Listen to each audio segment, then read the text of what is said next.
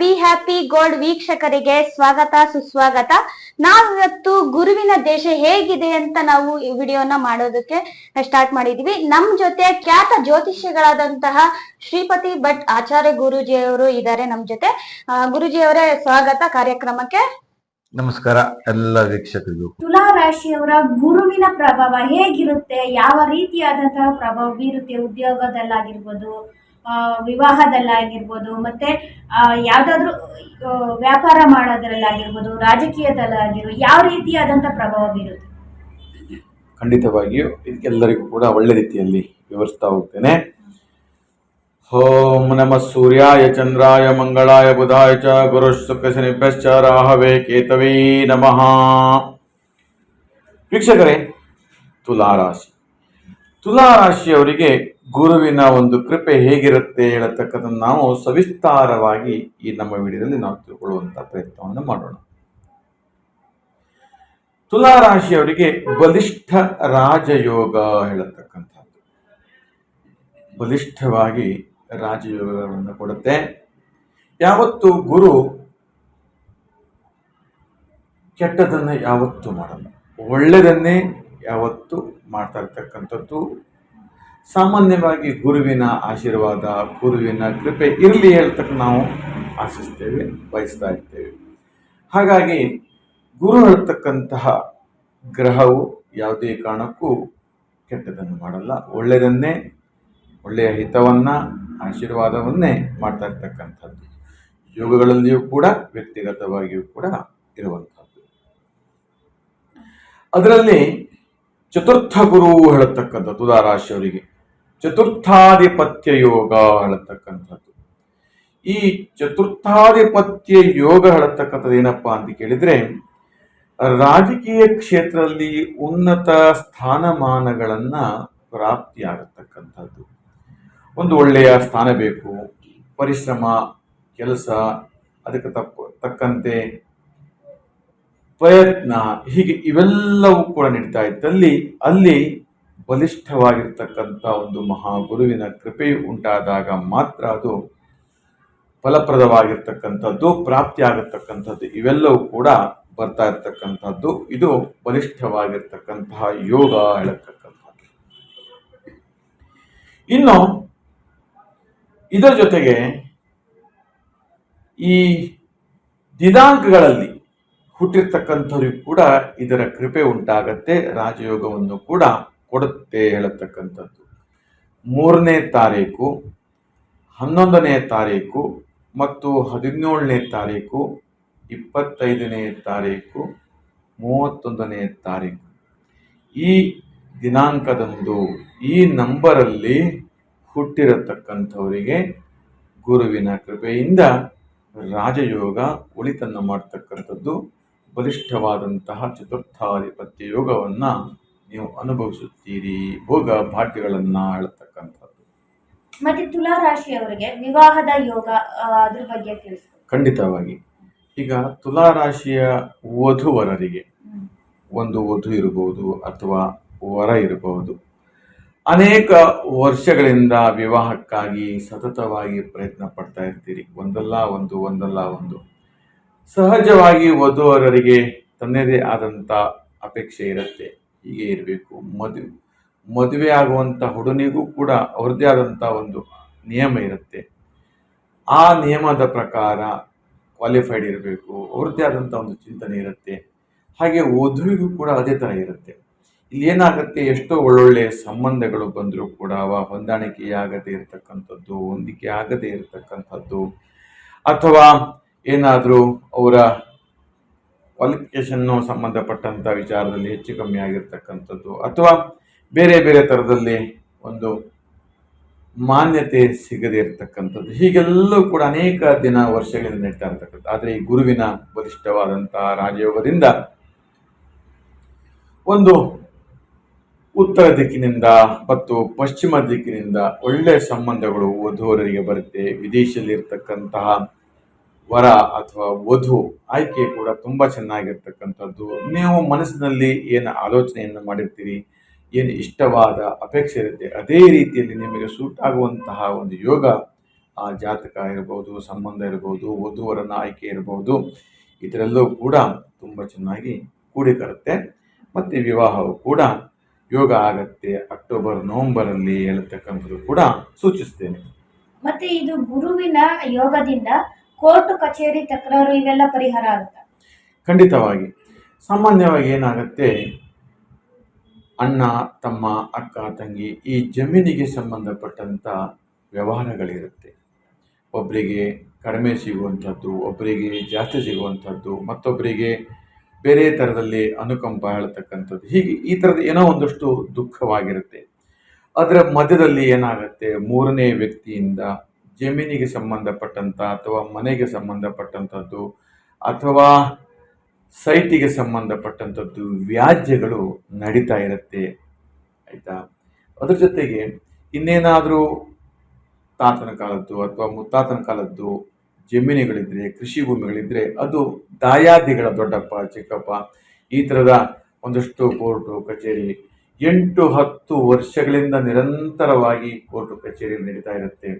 ಅಷ್ಟೇ ಅಲ್ಲ, ಅದು ಯಾವಾಗ ಸುಗಮವಾಗಿ ನಡೆಯುತ್ತೆ, ಅವರು ಬಂದರೆ ಇವರು ಒಪ್ಪಲ್ಲ, ಇವರು ಒಪ್ಪಿದರೆ ಅವರು ಒಪ್ಪಲ್ಲ, ಈ ಥರದ ಒಂದಷ್ಟು ಮನೋರೀತಿಯಾದಂಥ, ಈ ಕಡೆ ಸರಿಯಾದಂಥ ರೀತಿಯಲ್ಲಿ ಕೆಲಸ ಇರಲ್ಲ, ದೇಹದ ಕಾಯಿಲೆ ಒಂದು ಕಡೆ, ಹಣ ಇರಲ್ಲ, ಹಣದ ಅಭಾವ, ಈ ಥರದ ಎಲ್ಲ ಕಡೆ ಫೀಸ್ಗಳನ್ನು ಕೊಟ್ಟು ಸಾಕಾಗಿ ಹೋಗಿರ್ತಕ್ಕಂಥದ್ದು. ಯಾವಾಗ ಉತ್ತಮ ಯೋಗ ಬರುತ್ತೋ, ಯಾವಾಗ ಈ ಕೋರ್ಟ್ ಕಚೇರಿಯಿಂದ ಹೊರಗಡೆ ಬಂದು ಒಂದು ನೆಮ್ಮದಿಯಾದಂತಹ ಬದುಕನ್ನು ಕೊಟ್ಕೊಳ್ಳಿಕ್ಕೆ ಸಾಧ್ಯವಾಗುತ್ತೆ, ಹೀಗೆಲ್ಲ ಚಿಂತಿಸ್ತಾ ಇರ್ತಕ್ಕಂಥದ್ದು.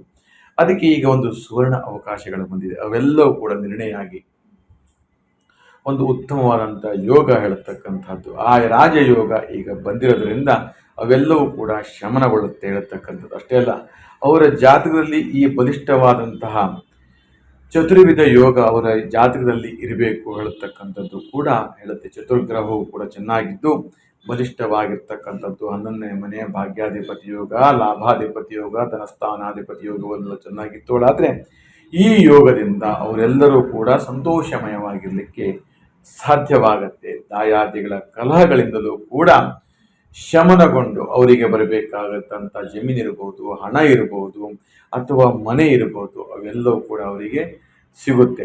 ಇನ್ನು ಇದಕ್ಕೆ ಸಂಬಂಧಪಟ್ಟಂಥ ರಿಯಲ್ ಎಸ್ಟೇಟ್ ಸಂಬಂಧಪಟ್ಟಂಥ ವ್ಯವಹಾರ ಇರ್ಬೋದು, ಏನು ಜಮೀನು ತಗೊಂಡು ಸೈಟ್ಗಳನ್ನು ಮಾರಾಟ ಮಾಡತಕ್ಕಂಥದ್ದು, ವಿಕ್ರಿಯೆ ಮಾಡ್ತಕ್ಕಂಥದ್ದಲ್ಲೂ ಕೂಡ ಹೆಚ್ಚು ಲಾಭವನ್ನು ಕೂಡ ನಿರೀಕ್ಷೆ ಮಾಡಬಹುದು ಈ ಯೋಗ ಇದ್ದಲ್ಲಿ ಹೇಳ್ತಕ್ಕಂಥದ್ದು.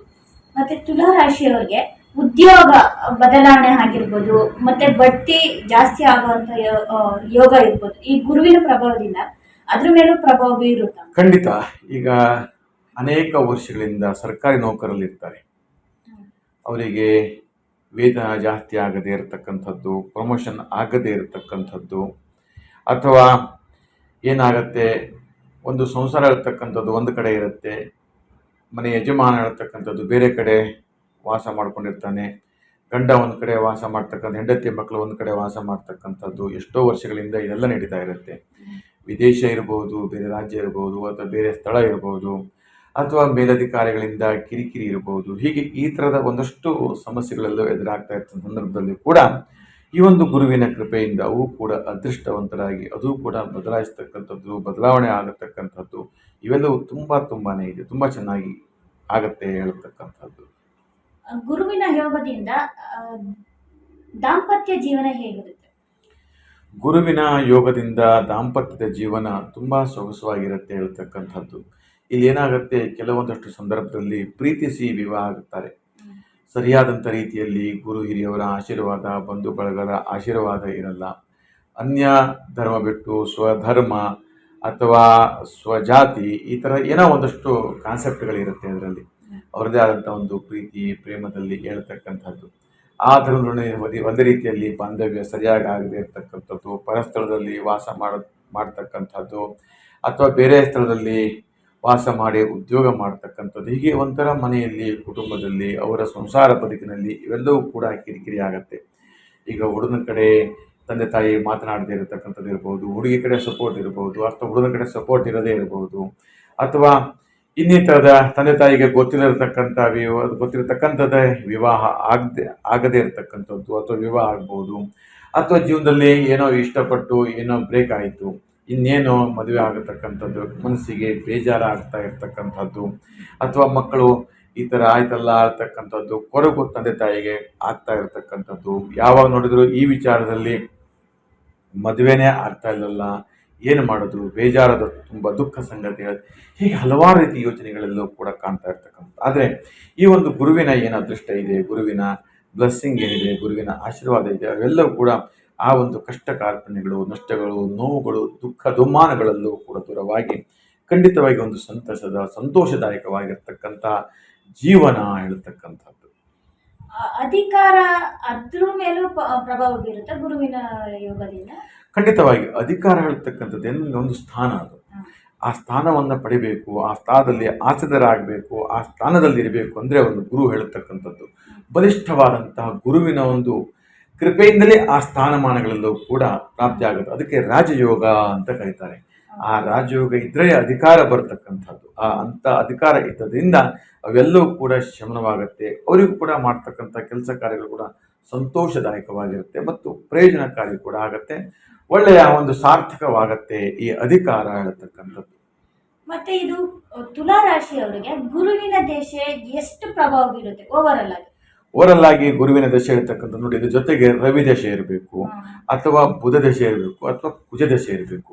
ಇಲ್ಲಿ ಏನಾಗುತ್ತೆ, ರವಿ ಮತ್ತು ಬುಧಾದಿತ್ಯ ಯೋಗ ಹೇಳತಕ್ಕಂಥ ಒಂದು ಈ ದಶಾದಿಗಳಲ್ಲಿ ಯೋಗಗಳು ಬರುತ್ತೆ.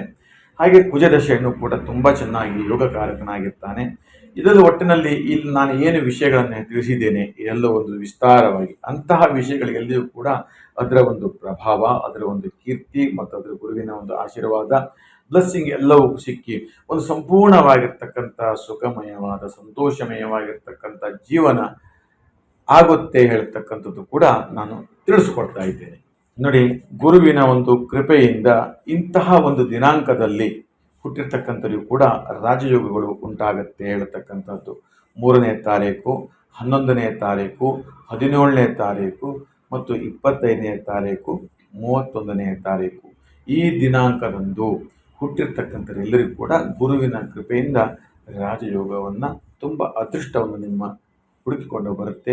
ನೀವು ಅದೃಷ್ಟವಂತರಾಗುತ್ತೀರಿ ಹೇಳ್ತಕ್ಕಂಥದ್ದು ಕೂಡ ಸೂಚಿಸ್ತೇನೆ ಈ ವಿಡಿಯೋದಲ್ಲಿ. ನೋಡಿದ್ರಲ್ಲ ವೀಕ್ಷಕರೇ, ಗುರುವಿನ ಪ್ರಭಾವ ಯಾವ ಯಾವ ರಾಶಿಗಳಿಗೆ ಹೇಗಿರುತ್ತೆ ಅಂತ ನಮ್ಮ ಖ್ಯಾತ ಜ್ಯೋತಿಷಿಗಳಾದಂತಹ ಶ್ರೀಪತಿ ಭಟ್ ಗುರೂಜಿ ಅವರು ನಿಮ್ಗೆ ತಿಳಿಸ್ಕೊಟ್ಟಿದ್ದಾರೆ. ಈ ವಿಡಿಯೋ ನಿಮ್ಗೆ ಇಷ್ಟವಾದಲ್ಲಿ ಲೈಕ್ ಮಾಡಿ, ಶೇರ್ ಮಾಡಿ ಮತ್ತು ಕಮೆಂಟ್ ಮಾಡಿ, ಮತ್ತೆ ಸಬ್ಸ್ಕ್ರೈಬ್ ಮಾಡೋದನ್ನ ಮರೆಯಬೇಡಿ. ಫುಲ್ ವಿಡಿಯೋವನ್ನ ನೋಡಿದ್ರೆ ಮಾತ್ರ ನಿಮ್ಗೆ ಅರ್ಥ ಆಗುತ್ತೆ ಯಾವ ರಾಶಿಗೆ ಯಾವ ರೀತಿಯಾದಂತಹ ಫಲಗಳಿದಾವೆ ಅಂತ ನಿಮಗೆ ಸಂಪೂರ್ಣವಾಗಿ ತಿಳ್ಕೊಳ್ಳೋದಕ್ಕೆ ಈಸಿ ಆಗುತ್ತೆ. ನೆಕ್ಸ್ಟ್ ಇದೇ ರೀತಿ ನಮ್ಗೆ ಪ್ರೋತ್ಸಾಹಿಸಿ ಅಂತ ಹೇಳ್ತಾ ನೆಕ್ಸ್ಟ್ ವಿಡಿಯೋ ಜೊತೆ ಬರ್ತೀನಿ. Thank you.